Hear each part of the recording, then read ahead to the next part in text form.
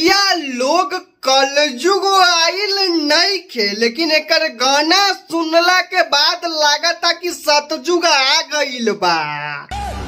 चली ना देखल जा, आइए देखते हैं, बैठचंद मजा आएगा। देखी भाई लोग, अही पर हम कुछ कह देतानी तो भौजी हमरा के धमकी देवावतारन। असली बात ये अब बताई त लोगन एकरा के देख के कहाँ से पातर लागतिया। अरे कहना क्या चाहते हो? जब ऐसन के पातर कहल जाई तो फिर एकरा के कथी कहल जाई? रुक रुक भाई, हम तोहरा तरफ से बतियातानी ना। अरे अरे अरे अरे हम मतलब कि हम तोहरा के मोट लागतानी बाबू सोना। हम कलही से जाके जिम ज्वाइन कर लेतानी। लेकिन क्यों? अच्छा, तोरा जाने के बड़ा जल्दी बा। एकरा ऊपर ओजन लागत होई प्यार करे में। हाँ, ये तो तू सही कहलू कि तोरा से हम प्यार तो बहुत करेली, लेकिन तोहर गाना सुनला के बाद हमर मुंह से ब्लड आवता। अरे इतना हाइपर मत हो, बाकी तो सब तोरा में ठीके बा। तू खाली गनमा तनका उलंग गावतारू। क्या बोले मैं समझा। हाँ भौजी, तू सही कहला। हाँ मतलब कि छोट पड़ जात होई तब तकिया के सपोर्ट लेवे के जरूरत पड़त होई। देखत ना बारू, आजकल खूब फैशन चलल बा कि पति के साथे रहवा, कि देवर के साथे रहवा, कि भैंसुर के साथे रहवा, कि ससुर के साथे रह।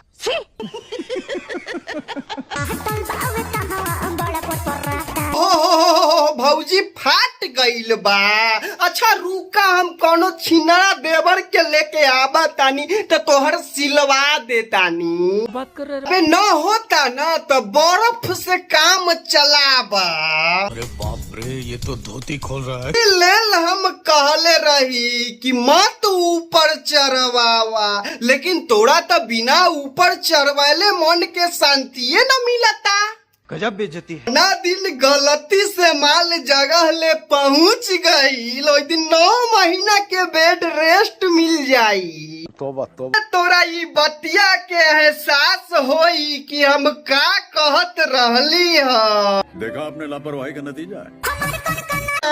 ज्यादा चिल्ड हो गईल बा का? अगर ज्यादा चिल्ड हो गईल बा तो चेक करवा ला, न तो कहूँ बर्फ के सिल्ला बन जाई तो बाद में बड़ा तकलीफ होई। तानी तब तक हम गर्म पानी के व्यवस्था करतानी, डाल के ठंडा करे खातिर। बंद करो हाथ जोड़ के मैं। और अभी तो रुको, क्लाइमैक्स अभी बाकी। क्या बोला तूने?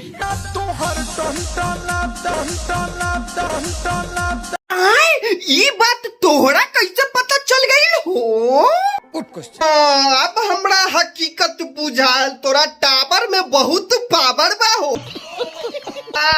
माने के पड़ी तोरा वाईफाई के पुरनका हच के तरह खच से ध लेता के भाई लोग। हमरा के अब जाए दो, ठीक बा। वीडियो पसंद आइल तो लाइक शेयर और सब्सक्राइब करा जा फटाफट, आ फेसबुक के फॉलो करा जा।